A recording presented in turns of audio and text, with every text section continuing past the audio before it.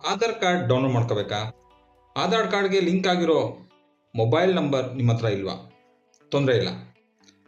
OTP ಇಲ್ದಿರೋ ಕೂಡ ನೀವು ಆಧಾರ್ ಕಾರ್ಡನ್ನು ನಿಮ್ಮ ಮೊಬೈಲ್ನಲ್ಲಿ ಡೌನ್ಲೋಡ್ ಮಾಡ್ಕೊಳ್ಬೋದು.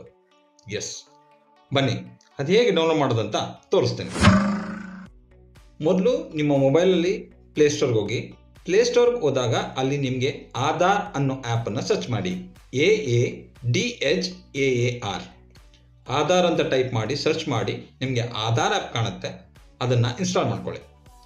ಇನ್ಸ್ಟಾಲ್ ಮಾಡಾದ್ಮೇಲೆ 3 ಸ್ಟೆಪ್ಪು. ಮೊದಲನೇದು, ನಿಮ್ಮ ಆಧಾರ್ ನಂಬರ್ನ ಎಂಟರ್ ಮಾಡಿ. ಸೊ 12 ಡಿಜಿಟ್ ಏನಿದೆ ನಿಮ್ಮ ಆಧಾರ್ ನಂಬರ್, ಅದನ್ನು ಎಂಟರ್ ಮಾಡಿ.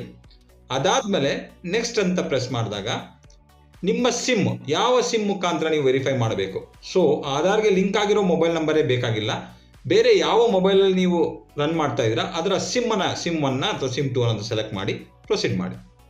ವೆರಿಫಿಕೇಶನ್ ಆದಮೇಲೆ 3ನೇ ಸ್ಟೆಪ್ ಬಂದು ನಿಮ್ಮ ಫೇಸ್ ಅಥೆಂಟಿಕೇಶನ್. ನಿಮ್ಮ ಫೇಸ್ ಅಥೆಂಟಿಕೇಶನ್ನ ಕೇಳುತ್ತೆ. ನಿಮ್ಮ ಫೇಸನ್ನು ತೋರಿಸಿ ನಿಮ್ಮ ಕಣ್ಣನ್ನು ಬ್ಲಿಂಕ್ ಮಾಡಿ. ಬ್ಲಿಂಕ್ ಆದಾಗ ಅಥೆಂಟಿಕೇಶನ್ ಸಕ್ಸಸ್ ಆಗುತ್ತೆ.